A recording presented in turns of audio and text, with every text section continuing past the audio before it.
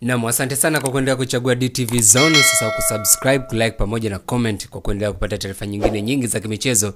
Asante na karibu. Kama ambavyo agizo la serikali litafanywa kazi kwa wakati, mechi ya marudiano ya hatua finali ya kombe la shirikisho barani Afrika baina ya Simba na Berkane basi itapigwa kwenye uwanja wa Benjamin Mkapa Mei 25, 2025.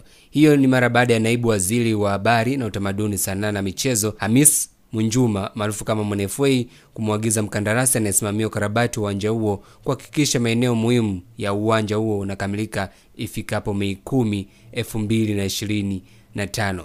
MWNFA ametoa agizo hilo wakati akifanya ziara yake katika uwanja huo wa Benjamin Mkapa Aprili 29, 2025. Hii itakuwa ni vizuri sana kwa upande wa wekundu wa Msimbazi Simba, kwa sababu ni moja kati ya kiwanja ambacho kimekuwa kikiwapa matokeo ambayo ni chanya sana kwa upande wao.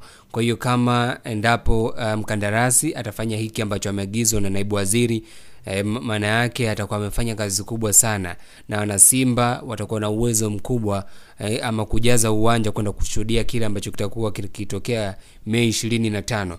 Kwanza ukitazama uwanja wenyewe, uwanja wa Mkapa ni moja kati ya viwanja ama ni moja kati ya kiwanja ambacho Simba mara nyingi wanaenjoy sana kucheza katika uwanja huo, kwani umekuwa ni moja kati ya kiwanja ambacho kinawapa matokeo ambayo ni chanya. Kwa hiyo kukamilika kwake utakuwa ama kitongeza wigo zaidi, kwanza kwenye eneo la wao kupata mapato, kitu ambacho najua yote kiangalia sana. 2, kitu ambacho tukiangalia kwa ukubwa zaidi ni eneo la kupata mashabiki wengi. Najua uwanja Mkapa ni tofauti kidogo na uwanja wa Amani Complex, ambapo nusu finali hatua ya kwanza ya mkondo, naweza ngasema mkondo wa kwanza, Simba akiwakaribisha Stellenbosch ulichezeka pale. Uwanja ni mdogo, kwa hiyo capacity ya kubeba mashabiki inakuwa ndogo. Lakini kwa uwanja kama Benjamin Mkapa full house almost, tunazungumzia watu wengi zaidi, uwanja ambao unaweza kubeba idadi ya watu 60,000. Maana yake inakupa garantia wewe kupata mashabiki wengi zaidi. Lakini tu ukiachana na hiyo unakuwa comfortable zaidi. Kwa nini? Upo kwenye pitch ambayo umezoea kuichezea, upo kwenye pitch ambayo mara nyingi una historia nayo nzuri, na si pitch ngeni sana kwako, kwa hiyo kujua ni sehemu gani sahihi ama ni mikimbio ipi mimi sahihi kama mchezaji naweza ngakimbia katika nafasi hii na bado nikabaki katika eneo la kuchezea. Kwa ni moja kati ya advantage kubwa ambayo mimi naiona kwa upande wa Simba wanakwenda kunufaika nayo. Kwa hiyo tutarajie kuona mengi na mazuri, kwa sababu uwanja Mkapa ni moja kati ya viwanja bora sana kwa upande wa wekundu wa Msimbazi Simba, kwani kimekuwa kikiwapa matokeo ambayo ni chanya. Kwa hiyo sasa wao wenyewe cha kufanya wasiwe na mindset ya kusema kwamba 100% wanaweza kupata matokeo kwenye uwanja Mkapa. No, sometimes mpira huo na matokeo ya kikatili, hakuna ambaye asiyejua kitu kama hicho. Unaweza ukaenda ugenini ukafungwa ovyo ovyo, labda ukafungwa idadi kubwa magoli, ukiamini kwamba umeshawahi kufanya comeback hivi karibuni, labda tuseme dhidi ya Al Masry, umekufanya comeback Al Tripoli, unaweza ngasema umeshawahi kupata matokeo mbele ya bingwa wa Afrika, namzungumzia mtu kama Al Hilal. Kwa hiyo una uhakika kwamba uwanja wa nyumbani unaweza kupata matokeo ni chanya. Je, ni katika hatua zipi?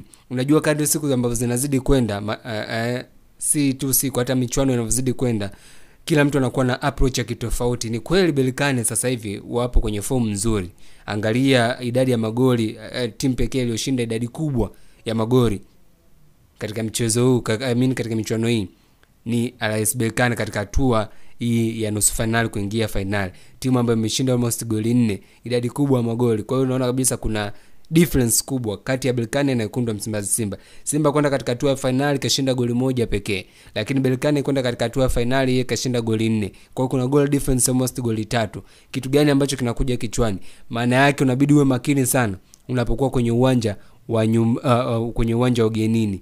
Though matokeo ya mpira wa miguu sasa hivi yanapatikana popote, Simba ametinga kwenda katika hatua ya finali akiwa kwenye uwanja wa ugenini. Kwa hiyo maana yake hata yeye anaweza kapoteza akiwa nyumbani. Mimi naamini kocha Fadlu sasa hivi anajua ni kitu gani ambacho anatakiwa kukifanya ili timu iweze kucheza katika nafasi nzuri.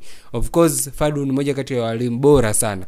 Wamekuwa na muendelezo wa kuchanga karata zao vizuri, hasa wakiwa katika uwanja wa ugenini. Uwanja nyumbani kwake inaonekana si mgumu, kutokana tu labda na mindset ambayo tayari wachezaji, mashabiki na wadau wa soka mbalimbali washajengea mindset kichwani namna gani ambavyo uwanja wa nyumbani umekuwa advantage sana kwa Simba. Lakini sasa kwa uwanja wa ugenini nampa kongole sana Mwalimu Fadlu. Mmoja kati ya makocha ambao wamekuwa bora siku hadi siku. Unaona kabisa akienda ugenini timu haina pressure, lakini anajua kuchanga karata zake vizuri kabisa na kutumia nyakati tofauti na chache ambazo anazipata yeye kuziconvert kwa magoli. Kwa hiyo kongole sana kwa kocha Fadlu. Lakini mimi nataka tu niwape Simba, ama nataka nitoe maoni yangu kwamba Simba anapaswa kuwa makini sana atapokuwa katika uwanja wa nyumbani. Yes, mindset ipo very well kwamba kwa Mkapa atoki mtu, ni kweli, lakini katika kila hatua kadri siku ambavyo zinazidi kwenda michuano hii inakuwa ya kitofauti, lakini pia kila mmoja anakuwa anajua